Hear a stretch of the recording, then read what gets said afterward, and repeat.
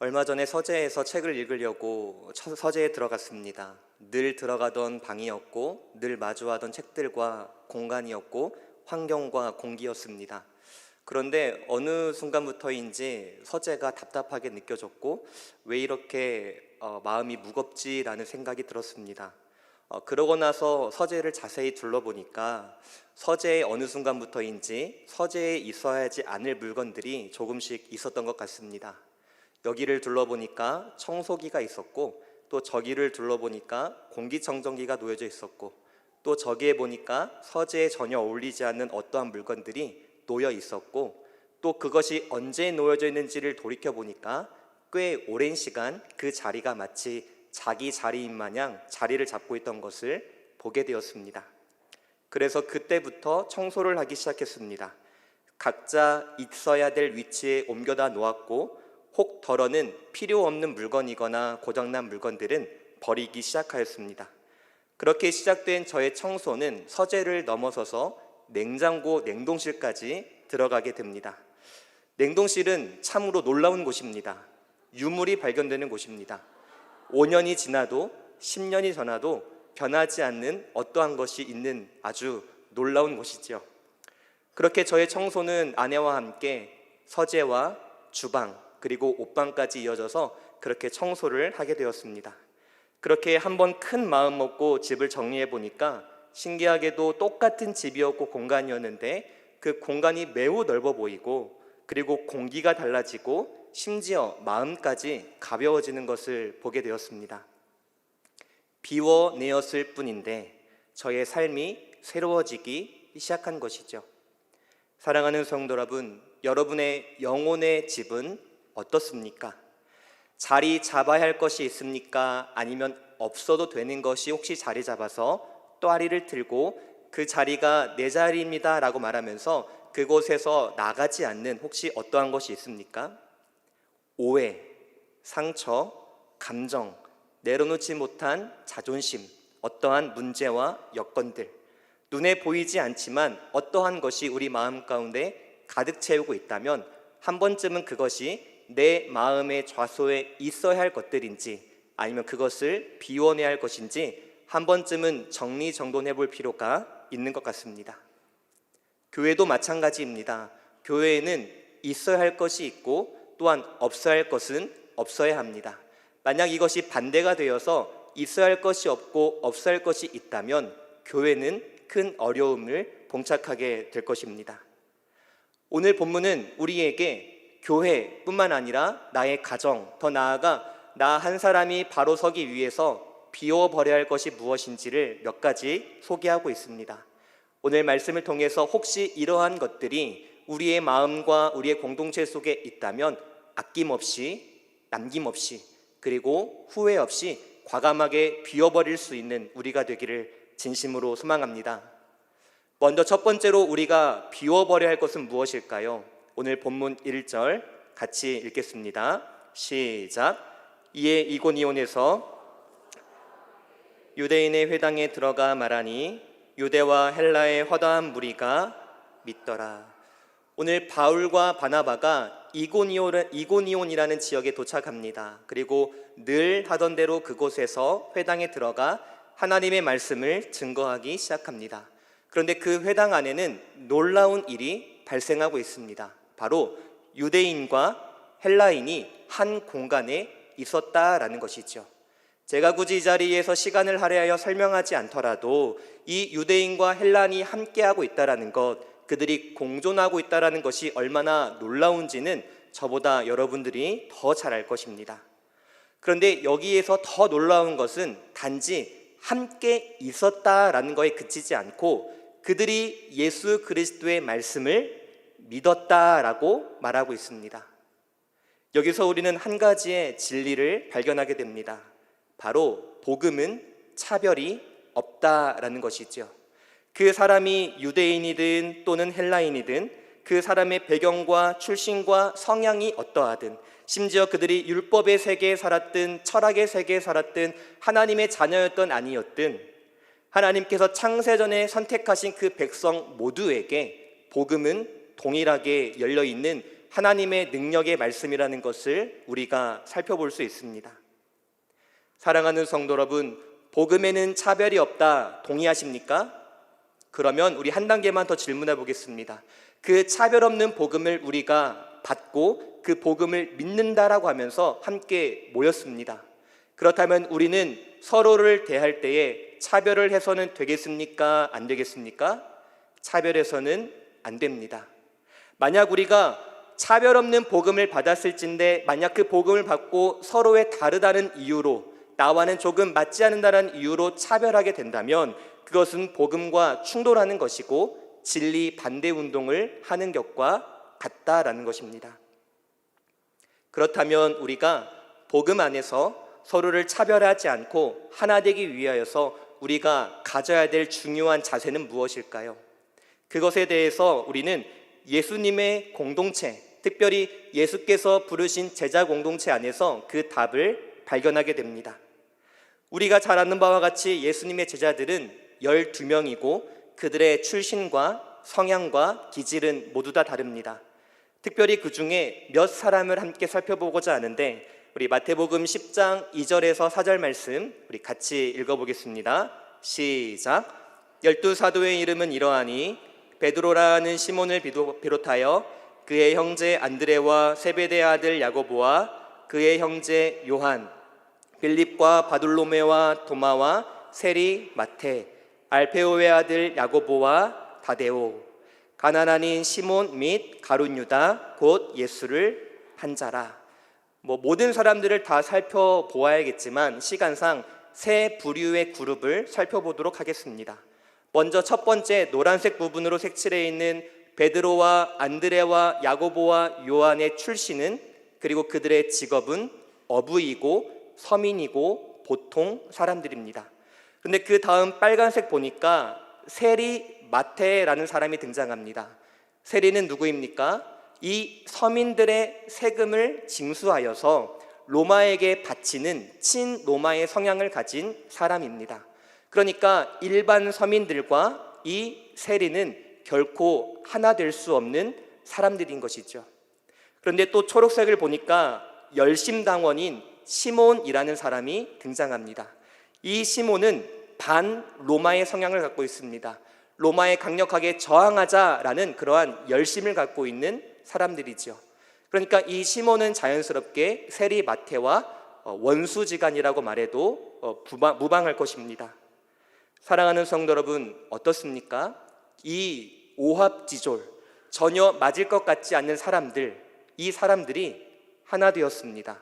서로 차별하고 밀어내고 정죄하고 너를 밟고 일어서겠다라고 했지만 그럼에도 불구하고 이들은 마침내 하나 되었습니다.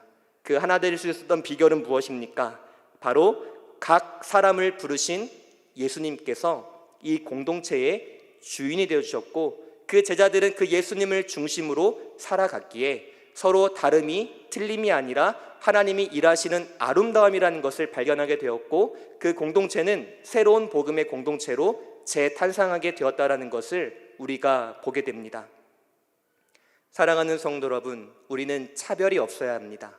하지만 그 차별을 없앨 수 있는 가장 중요한 요인은 무엇이냐? 바로 예수 그리스도 중심으로 살아가는 것. 하나님 말씀 중심, 교회 중심, 예수님 중심, 복음 중심으로 살아갈 때에 우리는 차별을 넘어 하나 되어서 성령의 하나 되심을 힘써 지키며 나아갈 수 있다라는 것입니다. 예수님의 제자 공동체를 보면서 오늘날 교회 공동체를 한번 빗대어 보고자 합니다. 그때도 그랬고 지금도 그렇습니다. 예수님의 제자들이 서로 다른 것처럼 오늘날 교회 안에도 서로 다른 사람들이 존재하고 있습니다.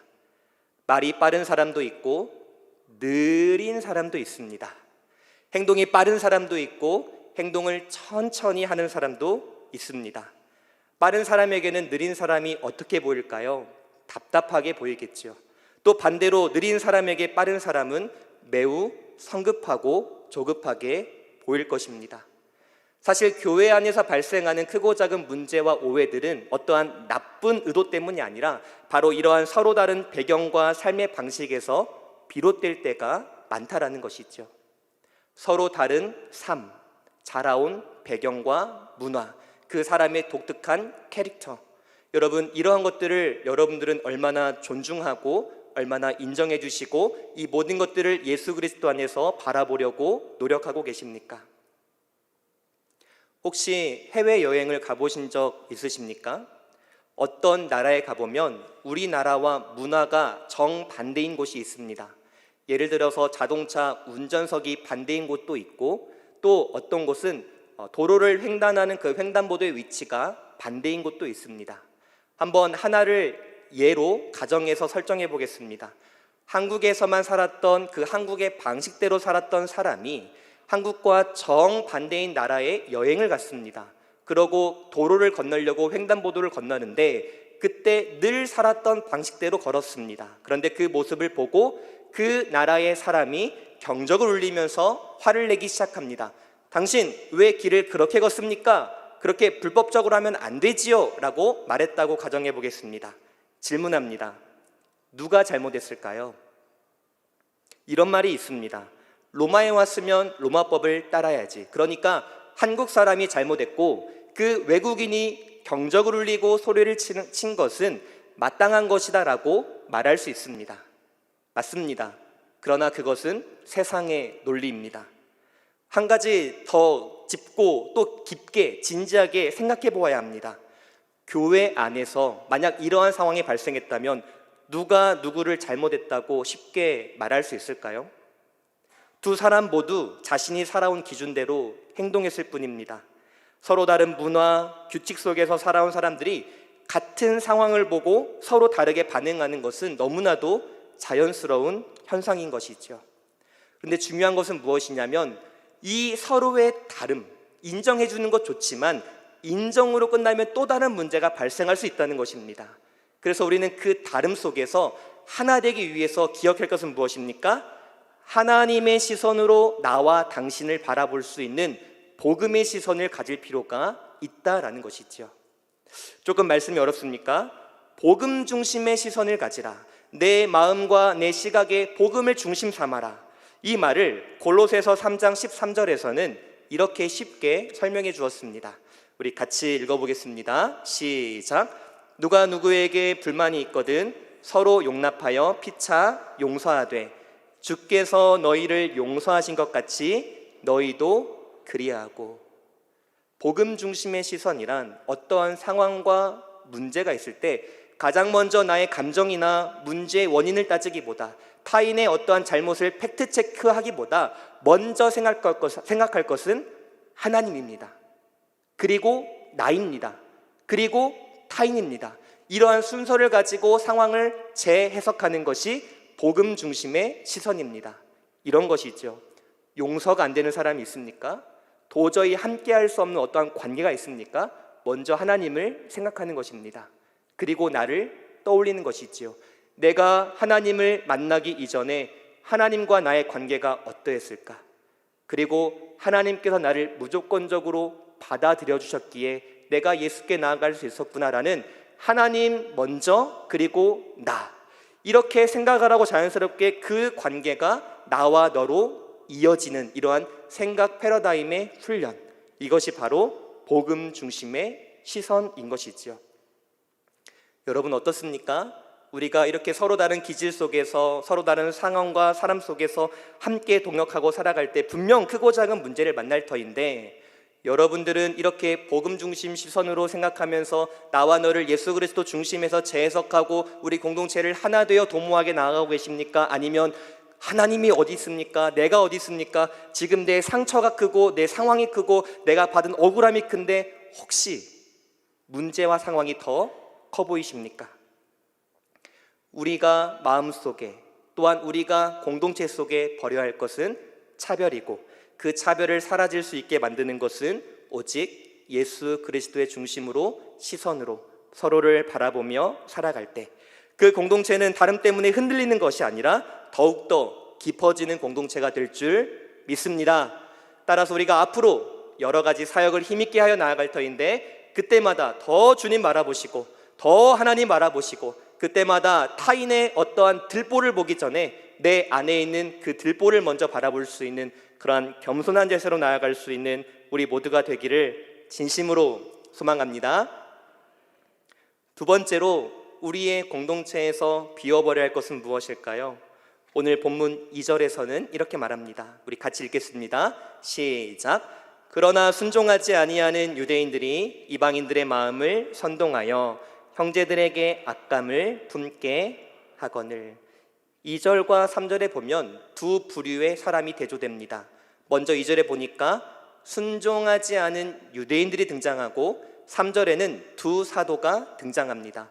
그런데 이 두 부류는 공동체 안에서 너무나도 다른 역할을 하는 것을 우리가 보게 됩니다.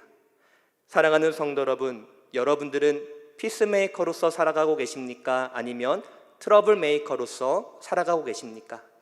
주님께서 우리를 부르셨을 때는 막힌 담을 허무시고 하나님과 우리의 관계를 화평케 하셨고, 또한 그 예수를 믿는 우리 생명사역자들은 이를 이어받아서 나와 너의 막힌 담을 허물고 피스메이커, 즉 화평을 이루는 자로 살아갈 사명과 본분이 있습니다. 그런데 덜어는 이 사명을 망각한 채 교회에 문제를 일으키고 서로와 서로의 관계를 깨뜨리는 그러한 일에 앞장서는 사람이 있다고 말합니다. 오늘 본문에 보면은 순종하지 않는 유대인들이 딱 그런 일을 했던 것 같습니다. 여기서 말하는 순종하지 않는 유대인, 유대인은 순종하지 않았다는데 이 순종하지 않았다는 어떤 의미일까요? 그리고 선동했다라는 표현도 등장하는데 이 말은 어떤 의미일까요? 선동했다라는 표현은 마음을 휘젓는다라는 의미입니다. 그리고 두 번째 의미는 독한 독을 퍼뜨린다라는 것입니다.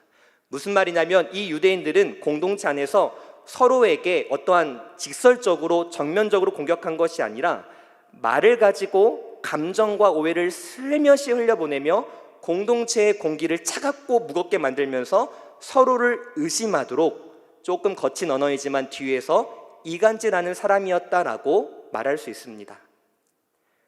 오늘날 우리가 조심해야 할 것 무엇일까요? 어떤 책에 보니까 이렇게 말합니다. 교회가 존재하고 유지되는데 필요한 몇 가지의 요소가 있다고 말합니다. 많겠지만 그 사람은 크게 세 가지를 뽑았는데 첫 번째는 사람입니다. 사람이 없으면 교회라고 말할 수 없겠죠. 두 번째는 돈입니다.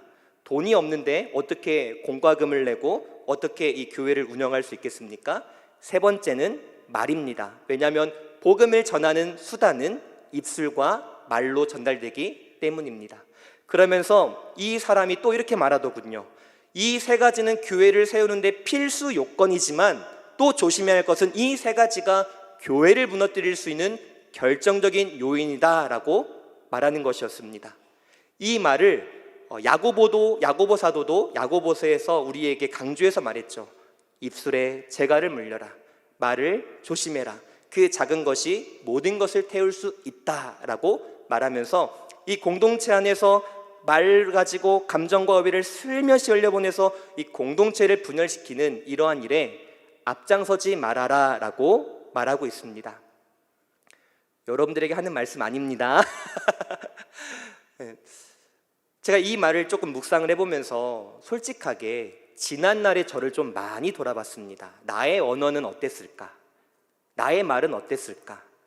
혹시 이런 경험 있지 않으십니까? A와 B가 관계 어려움이 있습니다. 그래서 둘 중에 한 사람이 저를 부릅니다. 그래서 이야기를 좀 합시다 라고 부르죠. 그 자리에 나가서 여러분 보통 어떤 말을 합니까? 먼저 말을 쭉 듣겠죠. 내가 이래서 마음이 상했고 이래서 불평이 있고 이래서 교회로부터 내가 좀 실망이 크다라는 말을 듣겠죠. 그때 우리가 하는 가장 많은 행동이 뭡니까? 공감입니다. 그랬군요. 저도 그렇게 생각합니다. 참 안타깝네요. 여러분, 공감은 이중성을 띠고 있습니다. 이 공감이라는 것은 부정적일 수도 있고 긍정적일 수도 있습니다. 만약에 그 만남 속에서 우리 역할이 단지 감정에 공감한 것으로만 끝난다면 그것은 마치 불난 집에 선풍기를 틀고 기름을 붓는 격이 될 수도 있습니다. 우리 역할은 뭘까요? 말을 가지고 단지 감정에 공감하는 것이 아니라 우리는 단순한 말이 아닌 복음을 들고 중재자의 역할을 하러 그 자리에 나아가야 한다는 것이지요. 사실 제가 이전의 모습을 보니까 공감만 했더라고요. 공감만 하니까 그 말을 듣는 사람에게는 내가 틀린 게 없구나, 처음에는 불편함이 이제 저의 공감으로 의심이 되기 시작하고 그 의심이 불신이 되기 시작하고 결정적으로 그 사람과 또 제3자의 관계를 깨뜨리는 제가 결정적인 요인을 하고 있다는 것을 깨닫게 되었습니다. 그때부터 저의 권면이나 신방이나 만남 속에서는 물론 공감이 필요합니다. 하지만 공감만으로 끝나는 것이 아니라 복음을 가지고 그 복음 중심으로 그 상황을 어떻게 재해석하고 어떻게 권면해야 될지 하나님 중심으로 이야기하기로 바꾸기 시작했다는 것이죠. 사랑하는 성도 여러분, 하나님께서 우리를 어떤 존재로 부르셨을까요? 말을 가지고 공동체를 무너뜨리고 사람에게 상처를 주는 사람으로 불렀을까요? 아니면 말을 가지고 교회를 세우고 덕을 세우고 하나님의 아름다우심을 선포하고자 우리를 부르셨을까요? 마치 칼이 강도에게 들려있느냐 의사에게 들려있느냐와 같은 것 같습니다. 바라옵기는 우리는 복음의 메스를 들고 그 관계에 나아가서 함께 회복시켜주고 상처를 싸매어주고, 그래서 우리 공동체가 더 나아가 하나로 힘있게 나아갈 수 있기를 진심으로 소망합니다. 이렇게 교회에 문제를 일으키는 사람이 있는가 반면에 또 어떤 부류는 교회에 열심히 순종하면서 헌신하며 나아가는 어떤 사람도 있었습니다. 우리 3절 말씀 같이 읽겠습니다. 시작. 두 사도가 오래 있어 주를 힘입어 담대히 말하니 주께서 그들의 손으로 표적과 기사를 하여 주사 자기 은혜의 말씀을 증언하시니. 아멘. 그렇게 문제 속에서도 마치 사막에 꽃이 피듯, 마치 들판에 꽃이 피듯 정말 아름다운 한 부류의 사람들이 있었다라고 말합니다. 바로 사도들입니다. 여러분, 이 사도들이 어떤 행동을 했는지 크게 세 가지로 설명해주고 있습니다. 오래 있어 주를 힘입어 담대히 말하니. 간단하게 하나씩 살펴봅니다. 첫 번째, 이들이 그러한 어려움 속에서도 공격과 오해와 회방 속에서도 먼저 취한 행동은 무엇입니까? 오래 인내했다는 것입니다. 불편하겠죠. 상처를 받았겠죠. 하지만 그 관계를 다 포기하고 싶었겠죠. 떠나고 싶었겠죠. 하지만 사람과 상황이 힘드니까 그냥 다 내팽치고 떠나야겠다가 아니라 하나님의 뜻이 있겠지, 하나님이 나와 함께 하시니 하나님을 의지하고 내가 이 자리를 지켜야겠다라고 하면서 예배 자리를 지키는 사도들의 모습이 있었다는 것입니다. 두 번째 문장은 무엇입니까? 주를 힘입었다라고 말합니다. 우리는 힘들면 사람을 찾아갑니다. 괜찮습니다. 사람에게 지혜도 얻고 고견도 얻고 내가 살아가보지 못했던, 경험해 못했던 것을 들으면서 앞으로 살아갈 계획도 세우고 미래도 그리는 거 너무 좋습니다. 그런데 그것만 해서는 안 되겠죠. 우리에게 먼저 우선돼야 할 것은 무엇입니까? 기도입니다. 주를 힘입었다. 힘들수록, 어려울수록, 내가 해결할 수 있는 능력이 없다는 사실을 알면 알수록 더욱더 주님께 의지하면서 힘 주십시오, 은혜 주십시오라고 하며 주님께 철저히 기대어 나아가는 이러한 자세. 또한 세 번째로 이들이 취한 자세는 무엇입니까? 담대히 말했다라고 말합니다. 단지 그냥 말을 했다는 것이 아니라 그들의 사명의 길을 묵묵하게 끝까지 걸어갔다라고 말하고 있습니다. 한 부류의 사람은 공동체를 갈라치기 하고 무너뜨렸지만 한 공동체의 사람들은 사람들을 세우기 시작합니다.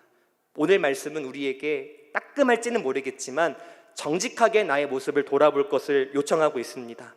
나는 어떤 사람인가? 나는 교회와 가정과 직장에서 나를 하나님께서 어떠한 역할로 부르셨는지를 늘 깨닫고 있는가? 그리고 그렇게 살아가고 있는가? 한번 우리의 모습을 돌아볼 수 있기를 진심으로 소망합니다. 어린 시절에 제가 살았던 집이 있습니다. 전주 모악산 자락에 고즈넉한 마을에 있는 집인데 제가 지금 39이니까 대략적으로 계산해 보면 한 100년 정도 된 집입니다. 제가 집에서 태어났거든요. 네, 전원일기 아닙니다. 집에서 태어났습니다. 이제 교회 권사님께서 받아주신 그 태어난 집, 제가 응애하고 나온 그 집이 있는데 그 집은 아궁이를 떼고 구들장 있는 집이고 진흙과 집을 엮어서 지붕을 만든 집입니다. 그런데 제가 태어났고 자랐을 때까지만 해도 시간을 계산해 보면 대략 한 80년의 세월이 흐른 집이었습니다. 그런 집 경험해 보신 분이 계실 텐데 그 집의 특징이 뭡니까? 아래는 뜨겁고 위는 차갑습니다.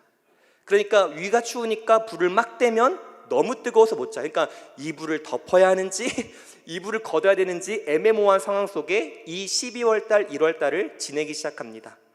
할머니에게 막 불평불만을 하기 시작하는 거예요. 할머니 너무 춥다. 바람이 어디서 나오는지 모르겠다. 그렇게 하면서 이제 막 뭐 커튼도 치고 여러 가지 일들을 했던 것이 기억에 납니다. 지금 그 방, 그 건물 쓸까요? 지금은 창고로 쓰고 있습니다. 다시 보수해서 옛 추억을 떠올리고자 아빠와 함께 집을 쭉 둘러봤는데 그 바람이 어디서 왔는지를 알게 되었습니다. 너무 많은 틈이 생겼던 것이죠. 한두 군데의 틈이 아니라 너무 많은 수십 군데의 틈이 생겨서 도저히 막을 수 없는, 다시 집을 건축해야 될 지경에 이르러서 결국 그 방은 창고로 사용하게 되었습니다. 사랑하는 성도 여러분, 그 틈 하나일 때 빨리 막아버리는 게 가장 좋습니다. 다시 말해서 우리의 마음에 어떠한 잘못된 것이 하나가 자리 잡았으면 그것을 빨리 막아버리고 빨리 치워버려야 더 이상 그거에 영향을 받지 않지, 하나 들어오니까 어우 시원한데, 두 개 들어오니까 괜찮은데 하다가 4개가 되고 8개가 되고 16개가 되는 순간 그 바람에, 세찬 바람에 우리 마음은 차가워질 수밖에 없다라는 것이죠. 교회는 틈을 만드는 사람이 아니라 틈을 메우는 사람이 필요합니다.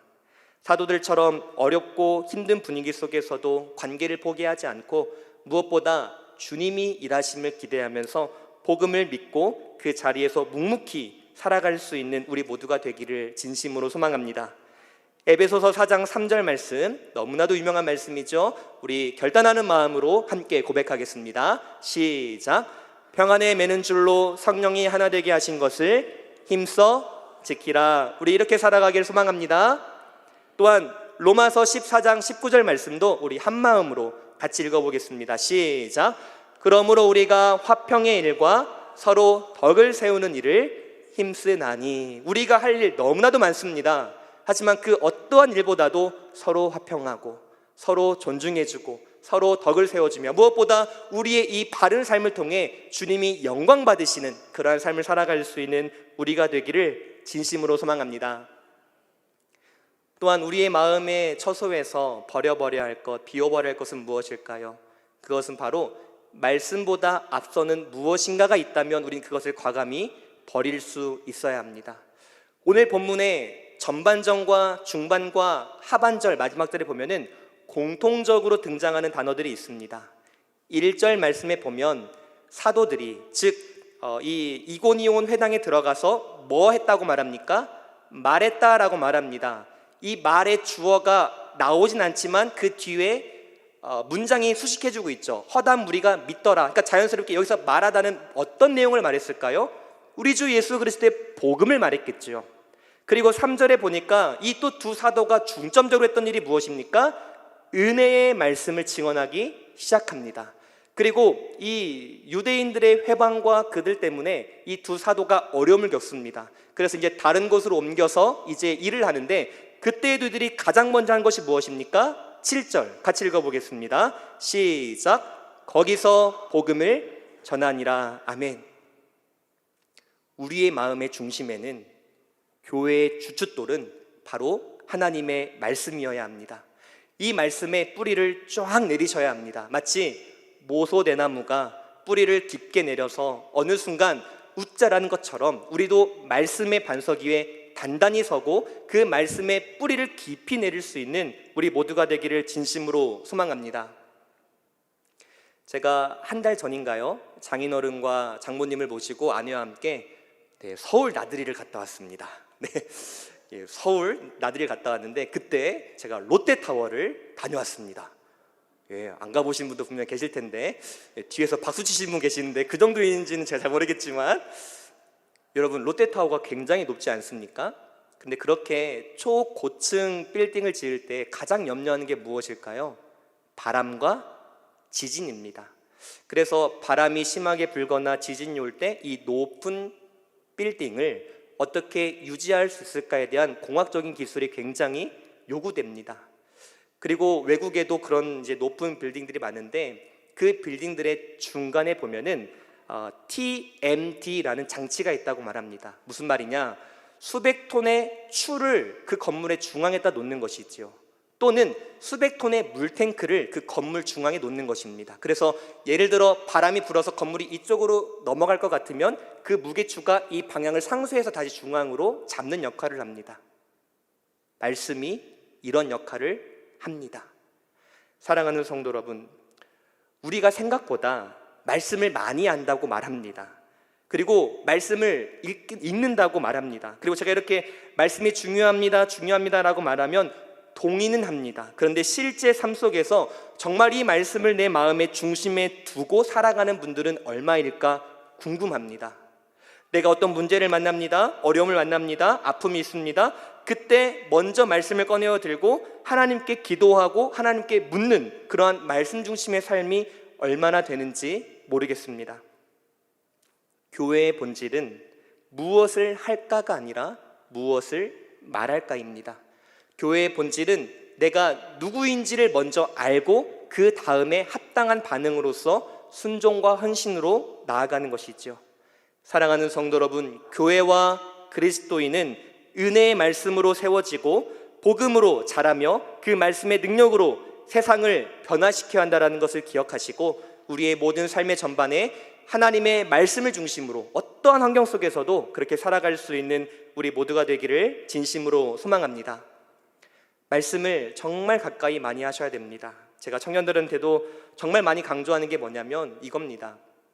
문제 만난다. 어려운 관계 절대 사라지지 않는다. 아니, 이전보다 더 큰 어려움, 문제, 관계, 상처 더 받을 것이다. 앞으로 우리가 살아갈 미래는. 그때 너희들은 이 문제만 보면서 그냥 이것만 보면서 그렇게 전전긍긍하며 살아갈 것이냐, 아니면 문제와 상황 속에서 하나님의 말씀을 중심으로 어떻게 재해석하고 어떻게 하나님 중심으로 바라보고, 그래서 그 모진 고난과 핍박 속에서도 하나님을 떠나지 않고 참된 신실한 자녀로서 살아갈 것인가, 어느 길을 걸어갈 것인가를 늘 묻고 도전을 주고 결단을 주고 있습니다.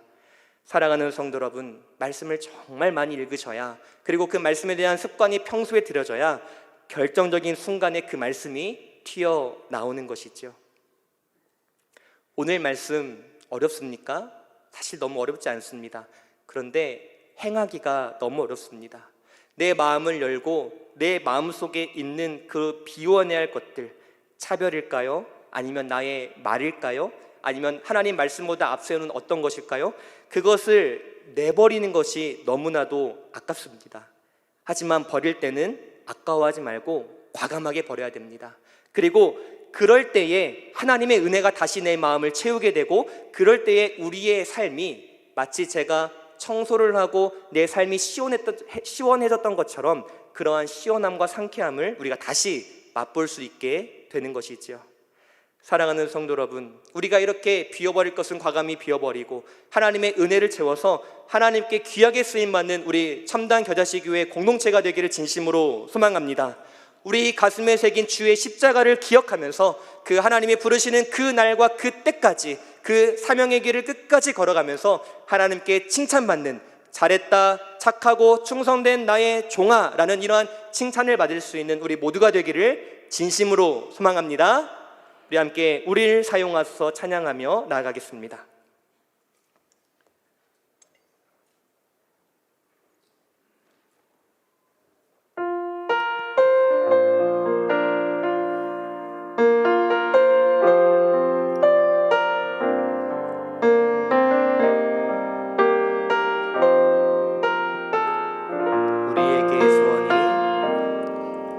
우리에게 소원이 하나 있네.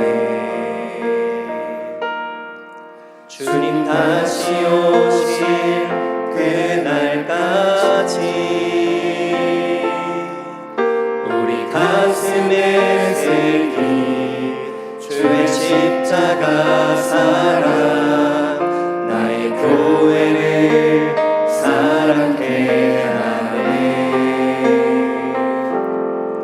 주의 교회를 향한 우리 마음,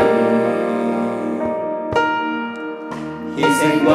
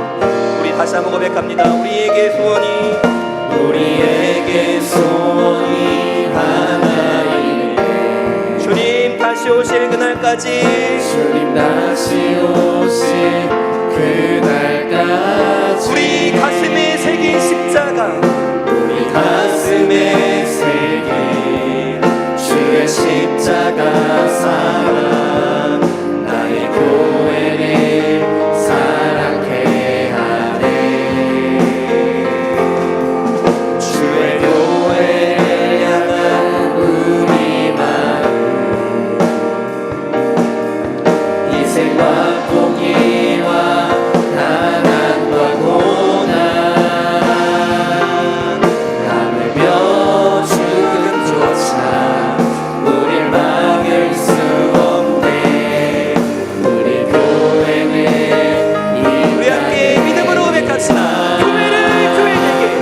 교회를 교회되게 예배되게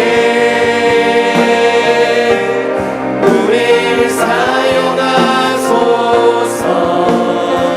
진정한 그의 날 오늘 임하도록 우릴 사용하소서 성령 안에 예배하여 성령 안에 예배하리라 자유의 마음으로 사랑으로 사역하리라 교회는 생명이니 교회되게 예배되게 우릴 사용하소서 진정한 부흥의 날 오늘 임하도록 우릴 목소리로 고백합시다. 우리 목소리로 사용하소서 교회를 교회되게 교회를 교회되게 예배되게 우릴 사용하소서 진정한 부흥의 날 오늘 임하도록